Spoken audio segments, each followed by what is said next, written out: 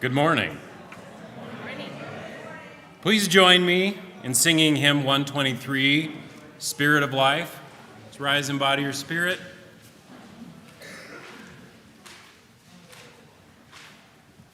Little introduction. Here we go.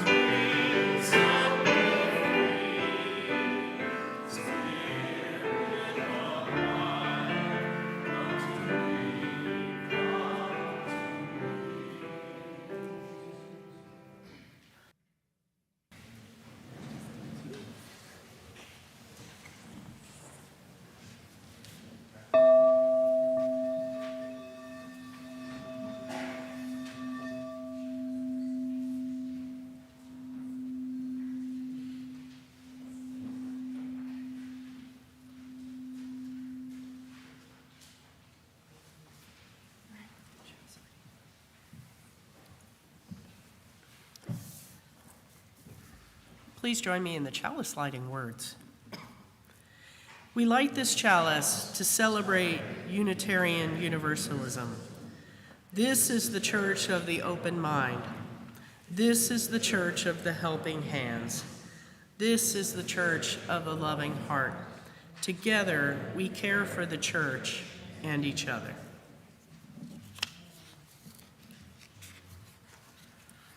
Good morning.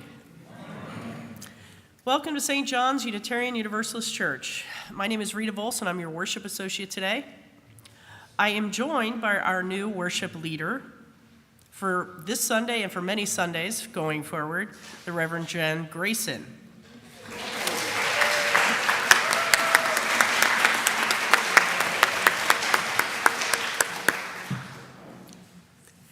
We'd like to give a couple special welcomes today. Returning home to us is Nikki Orlman, and with her son today.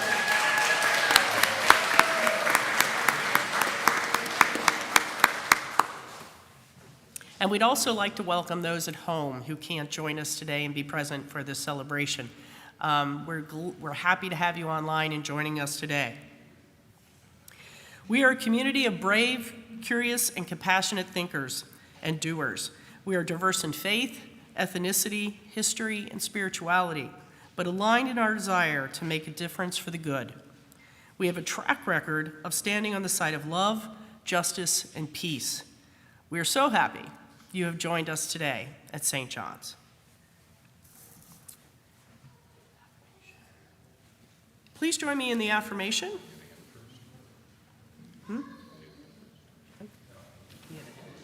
Oh, sorry. We do have a hymn.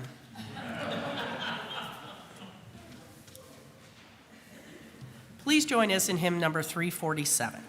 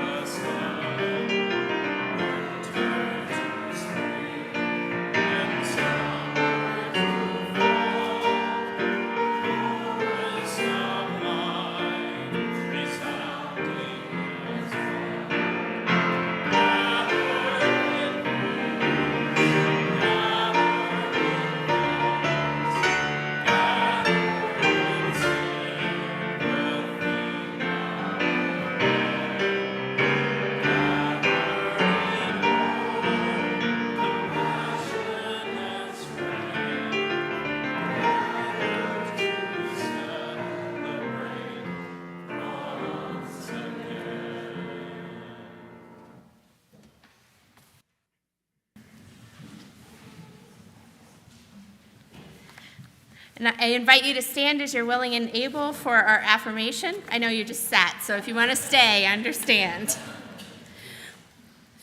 This is the mission of our faith, to teach the fragile art of hospitality, to revere both the critical mind and the generous heart, to prove that diversity need not mean divisiveness, and to witness to all that we must hold the whole world in our hands. At this time, I would like to invite you to come up and place a stone in the sand for any joys or concerns that you may have in your heart today. If you have any joys or concerns to share with the community, please place them on the table.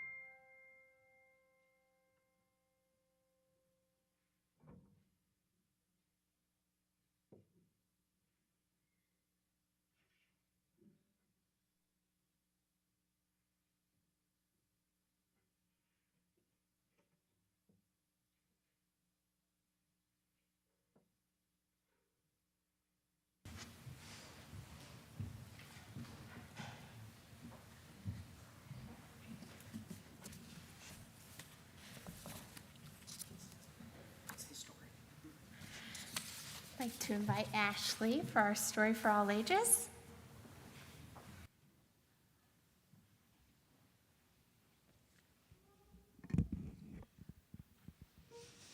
Good morning. So my name is Ashley Rhodes. I'm the Director of Programs for Children and Youth, and yeah, I have our story today. So you guys can look up at the screen because I have it on the screen today. And this story is about a little girl who wants to make the most magnificent thing. And this is by Ashley Spires, a different Ashley. You see the dog?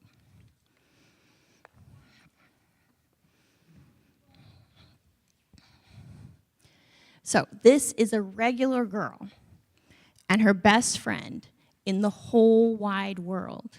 They do all kinds of things together. They race, they eat, they explore, they relax. You see the doggy? The best friend is her doggy. She makes things, he unmakes things. One day, the girl has a wonderful idea. She is going to make the most magnificent thing. She knows just how it will look. She knows just how it will work. All she has to do is make it, and she makes things all the time. Easy peasy. First, she hires an assistant. Who's the assistant? Yeah, the dog's her assistant. That's important later. Next, they gather their supplies. They set up somewhere out of the way and get to work. Do they really look like they're out of the way? No, they are not out of the way, but that's okay.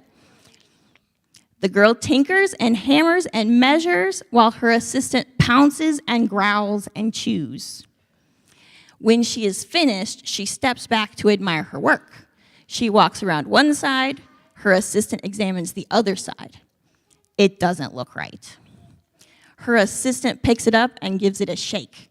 It doesn't feel right either. They are shocked to discover that the thing isn't magnificent or good. It isn't kind of, sort of okay. It is all wrong. The girl tosses it aside and gives it another go. She smooths and wrenches and fiddles. Her assistant circles and tugs and wags. The thing is still wrong. She decides to try again.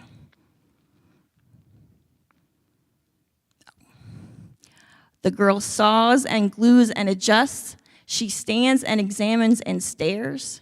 She twists and tweaks and fastens. She fixes and straightens and studies. You guys have done that before, right? Just tried and tried and tried.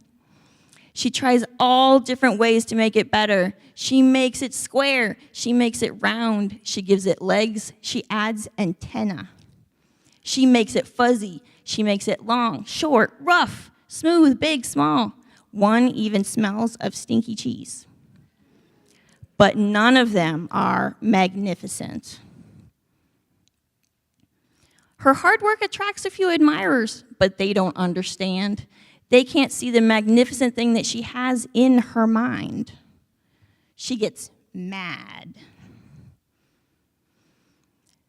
The angrier she gets, the faster she works. She smashes pieces into shapes. She jams parts together. She pummels the little bits in.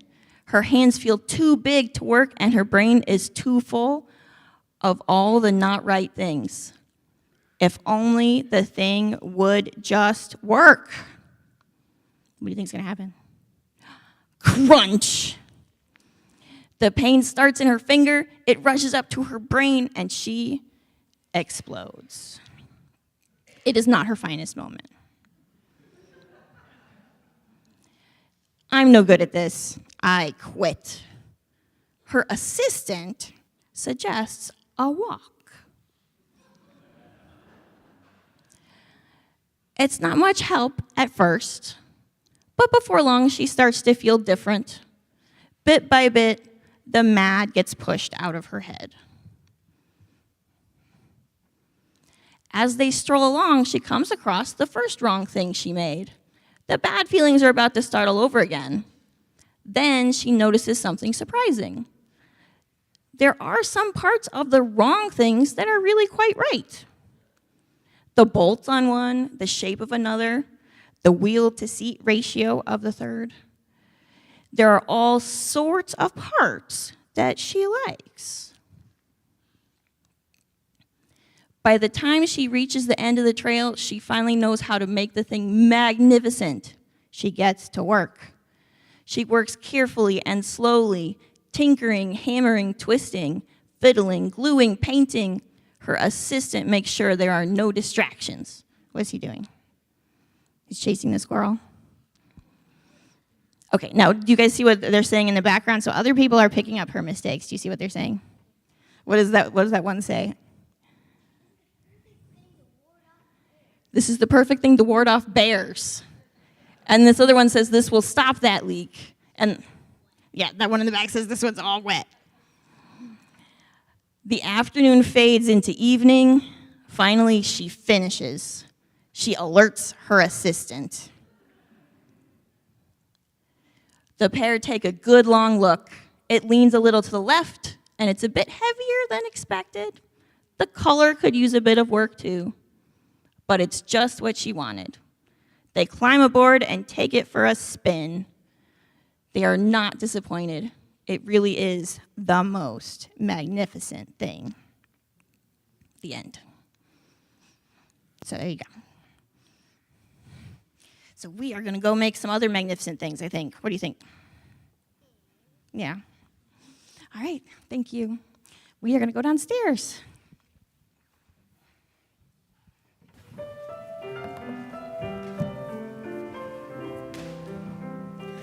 May your mind be open to new.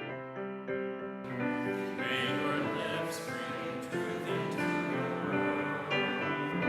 May your heart know love and your hands do the work of justice as you go your way in peace. May your mind be open to new learning. May your lips bring truth into the world. May your heart know love and your hands do the work of justice as you go your way in peace.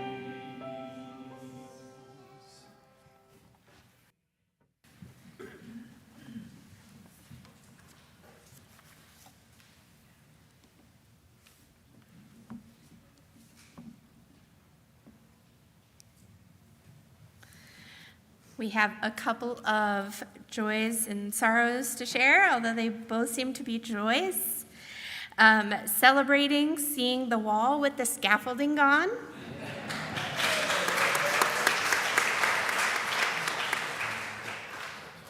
And a welcome to Reverend Jenn from Barbara Gomes. Excellent. I like pronouncing your names correctly, and I won't always. Please feel free to correct me. And Ron Hoffman. And I just want to say that story was delightful and a perfect example of interim ministry. There will be many pieces. Some of them will work, some of them will chase off bears, and some might even be wet. But together we will figure out the most magnificent thing. I invite you to join me in a spirit of prayer and meditation with these words by Anthony Johnson. Let us call upon the Spirit that moves among us, below us, above us, through us. Let us call upon those who have gone before us, who've shown us the way, who have been with us as guides and examples.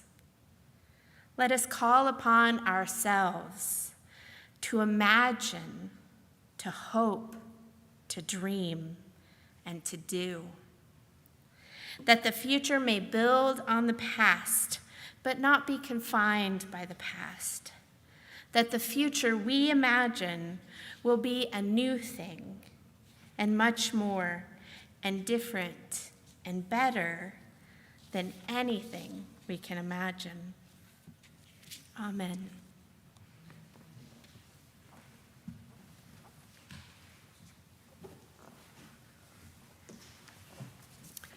As we enter our offertory period, all the good works that St. John's does with our communities and the charities that we support are provided by generous donations by you.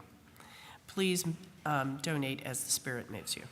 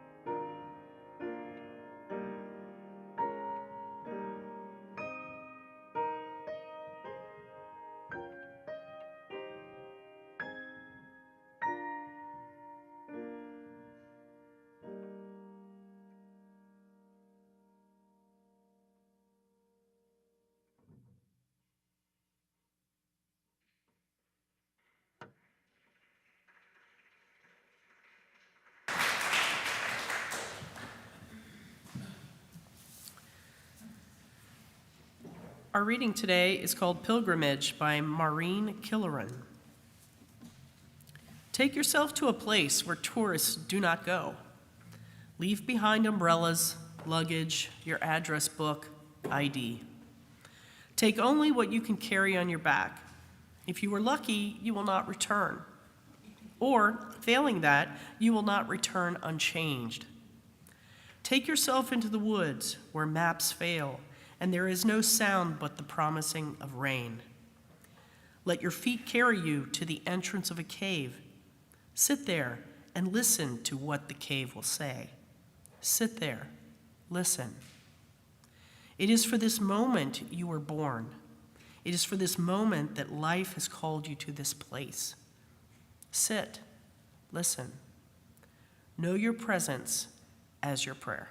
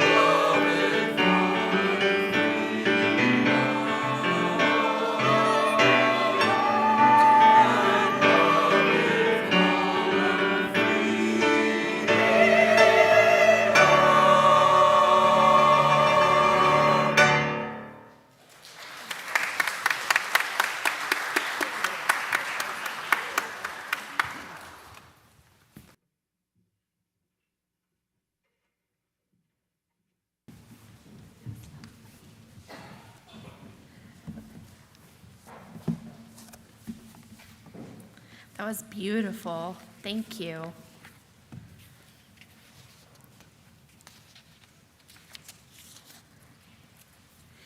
I am so thrilled to be with you this morning in our beautiful sanctuary. I saw the work, just a week ago, and it seems like it's gone so much further. And delighted to be with you as we begin our ministry together. As I shared in my newsletter article this past week, I love stories. And there are many types of stories in this world: comedies, tragedies, great voyages. And while each of these story archetypes might apply at times to our life together as Unitarian Universalists, for me, ministry is best understood as the story of a quest. Our time together, this portion of the long history of St. John's, is its own quest. We will head together to some destination, pursuing our mission, and will encounter challenges and experience growth along the way. Now, all good quest stories begin with a moment when the character or characters come to know they must set off on their new adventure, leaving behind the familiar. They have some sort of commissioning, a sort of call that they answer.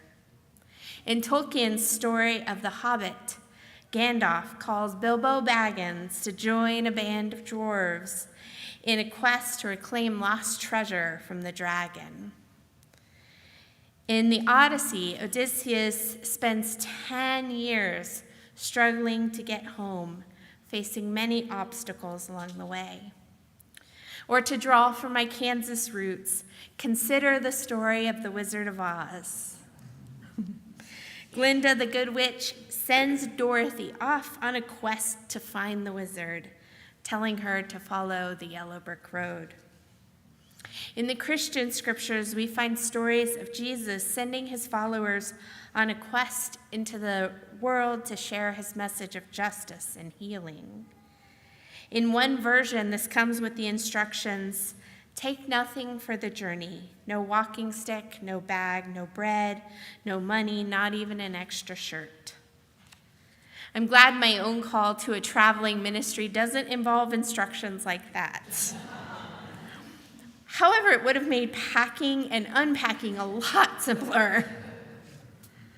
But this morning, I want to share with you the story of another preacher from our UU history and his particular quest. You may have heard of him before. I know at least some of you have. Hosea Ballou, a Universalist minister, was a circuit rider in the early 1800s. And as a circuit rider, he preached and ministered at many different churches, traveling on horseback between towns. As a Universalist, Hosea's beliefs weren't always in line with the popular theology of the day, and so he had to explain himself quite frequently, something we Unitarian Universalists understand. We are told that one night he stopped at a New England farmhouse and he found a farmer who was quite upset. The farmer confided to Ballou that his son was a terror who got drunk in the village every night and fooled around with women, and he was afraid his son would go to hell. "All right," Ballou said, with a serious face. "We'll find a place on the path where your son will be coming home drunk, and we'll build a big fire. When he comes home, we'll grab him and throw him into it." Not what you expected from the minister. The farmer was shocked. "But that's my son, and I love him." Ballou replied, "If you, a human and imperfect father, love your son so much you wouldn't throw him in the fire, how can you believe that God would do so?" Right? Now, you and I and many other people of faith today might not find this response of Ballou's that surprising, but we must remember that in the early 1800s, Calvinist Christianity was all the rage. And many of those Ballou was preaching to believed in an angry God who would condemn imperfect humans to eternal punishment. The Calvinists taught that people were born depraved. They contained sin in every part of their being. And those going to heaven had already been chosen, and they couldn't change it. So to suggest that the divine spirit of love would save everyone without punishment was radical. Even Hosea's dad, a Baptist preacher, wasn't sure what to make of his son's faith. Legend tells us that his father once found him reading in the kitchen and asked Hosea, "What is that book?" Hosea told him it was a Universalist book. And his father declared that he simply could not allow a Universalist book to remain in his house. Dutifully, while his father watched, Hosea got up and placed the book in the family's woodpile to be burned. Later that day, his father went to the woodpile and saw the heretical book lying there. It was the Bible. Hosea's father eventually became a Universalist himself, joining his son in his quest to share the idea of radical inclusion. Whether this woodpile story is true or not, it illustrates the power of the Universalist message. That powerful message, in fact, led us directly to being here together this morning. This congregation, St. John's, was founded here in Cincinnati around the same time as Ballou's circuit riding ministry. And his quest to share the Universalist message is one piece of the heritage our spiritual ancestors have offered to all of us. Our ancestors taught a love that goes beyond the possibility of hell.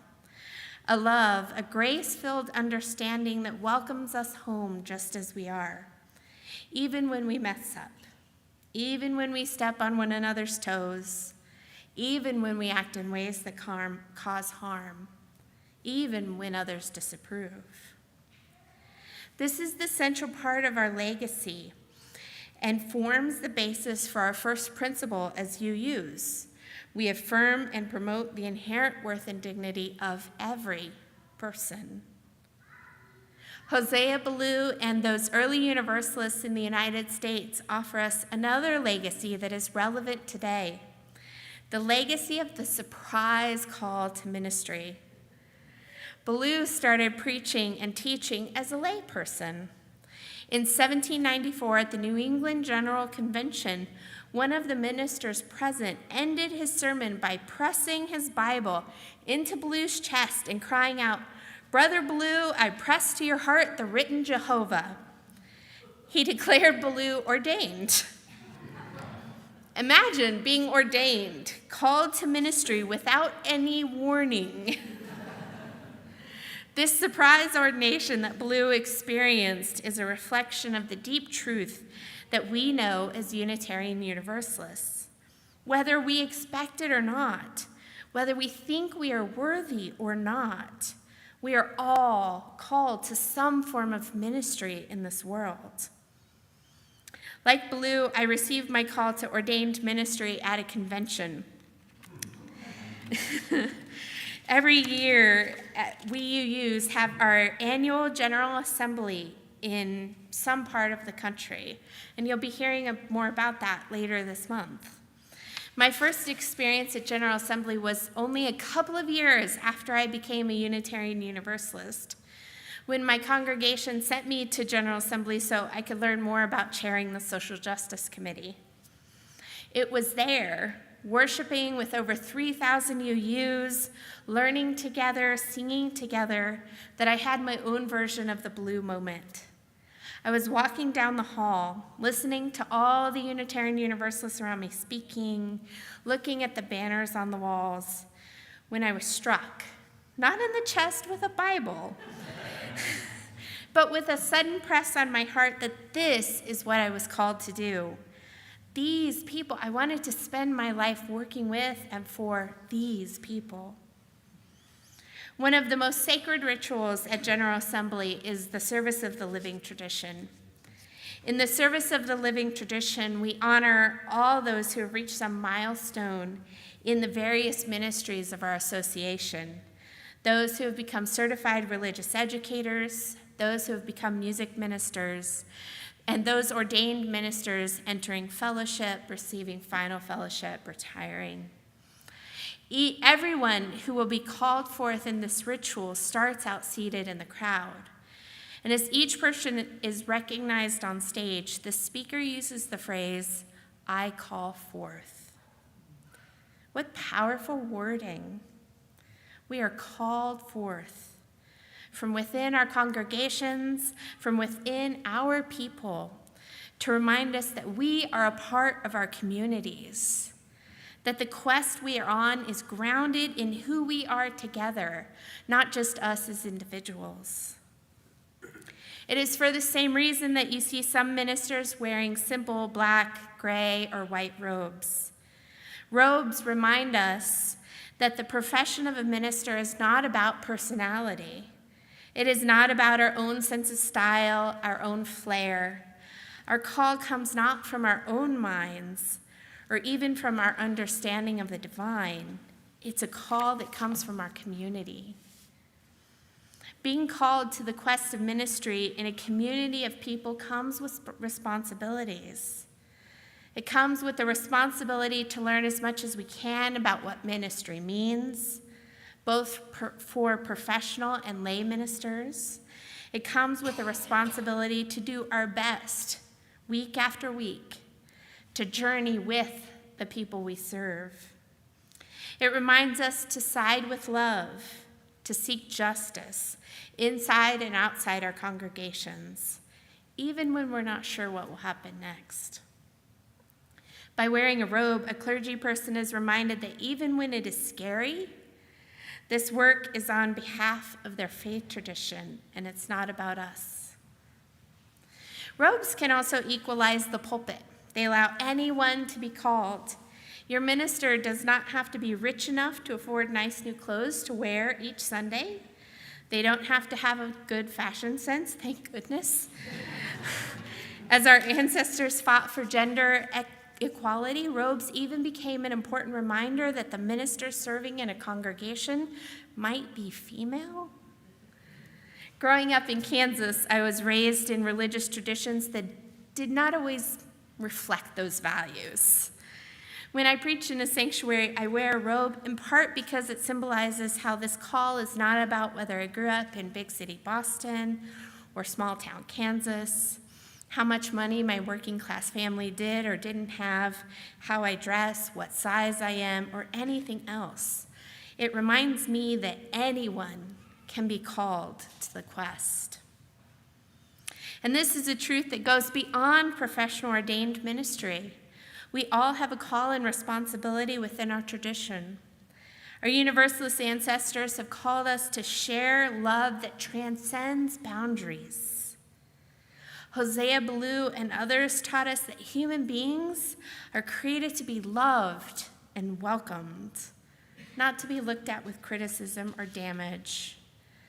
They taught us that we each have inherent worth and dignity, and nothing can take that away. This powerful legacy is what inspires us to continue our quest, whether that's our specific role in our congregation, our call from our Universalist principles, Unitarian Universalist principles, from our ancestors, and from the Spirit of life, is to live deeply into the truth that love is the ultimate purpose of our tradition. When we leave our time of worship together each Sunday, our love is what we take into the world. As a congregation, you've worked to live this call by caring for one another, working for justice in a variety of ways, and you've done an incredible job of maintaining a welcoming, hospitable community. In addition to seeking justice and sharing love outside our walls, we serve within. Our ancestors taught us that the call to the quest of ministry can come to anyone, and I would say it comes to everyone. Reverend Gordon McKeeman writes, "Ministry is all that we do together. Ministry is that quality of being in community that affirms human dignity, beckons forth hidden possibilities, invites us into deeper, more constant, reverent relationships, and carries forward our heritage of hope and liberation. You who brought this congregation together and sustained it through periods of turmoil and uncertainty, through joy and growth. You who drive and who participate in our work to change the world for the better, you are doing this. You who teach our children, participate on the board, in committees, listen to one another in moments of need, or offer your time and talent in other ways, you have been doing ministry, and I'm so excited to join you on the quest. Over the next several months, we will spend time exploring who we are as a congregation and who we want to be. We will look at our history, our connections, our future, and I look forward to learning about who you are as individuals and as a community. I welcome your thoughts and ideas about the ways you operate that work best for St. John's, and I'm excited to learn about what you hope for our future. Our ministry together is a shared quest, and because everyone involved is human, including me, I promise you I will make mistakes. I promise you I will do things you wish I had done differently, and I will do my best to offer what I have learned and share the ideas and possibilities I think may strengthen our community, that I might serve what St. John's wants to do together in the world. And because we are a shared ministry, I want you to know that I will welcome your questions and concerns. If you don't understand why I'm doing something, if I cause you harm, please let me know. If you have a pastoral need, please reach out. We are all called to different aspects of ministry, and it is for this next while my joy to serve as your professional clergy person. My beloved spiritual companions, we are all called to join in this quest. That means you. Whether this is your first time here or whether you've been here for decades, whether you're coming back after some time away, you are called. What does this look like in your life? What is your role in this congregation? What is your ministry? If you have a deep understanding of this, I look forward to hearing about it. If you aren't sure, I look forward to exploring it with you. As a community, let us remind one another that we are all called to join this quest and answer the call of love. Blessed be. Amen.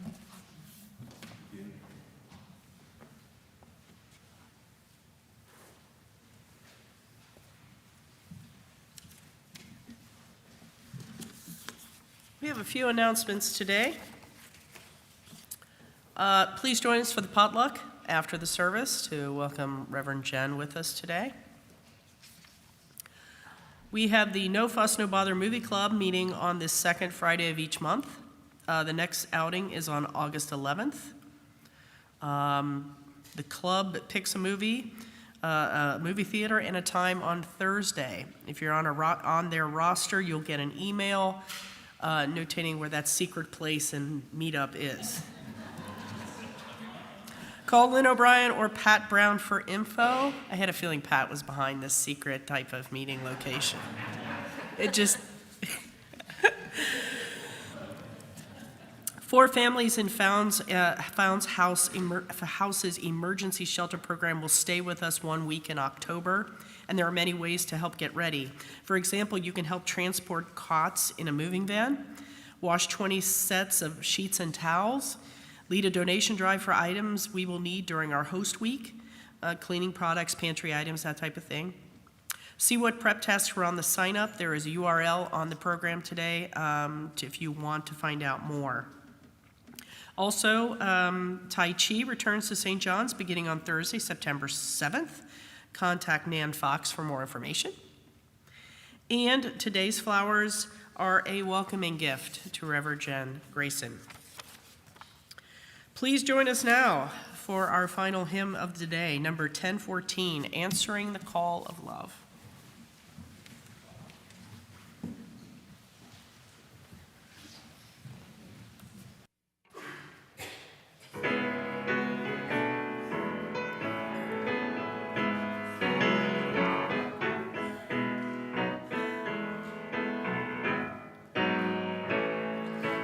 Promise of the Spirit, open on the heart. So every soul is blessed and made whole. The truth in our hearts is our life. We are answering the call of love. Hands joined together as hearts beat as one. Emboldened by faith, we dare to proclaim. We are answering the call of love. Sometimes we build a barrier to keep love tightly bound.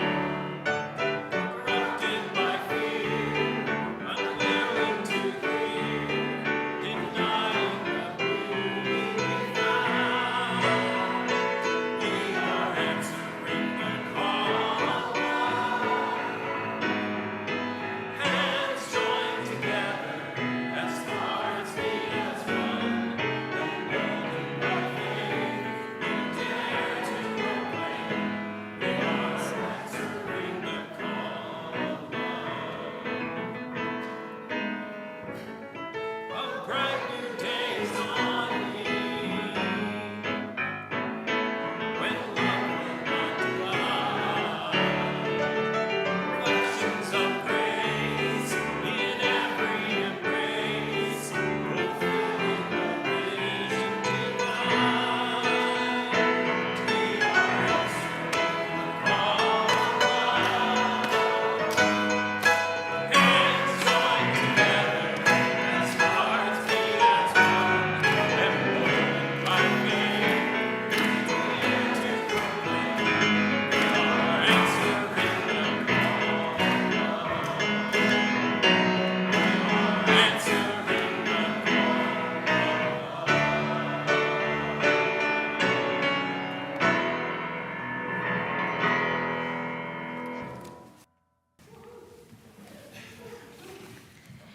May we begin in curiosity and hope, answering our call, accepting our quest to journey forward together. Go in peace, go in love, have some food.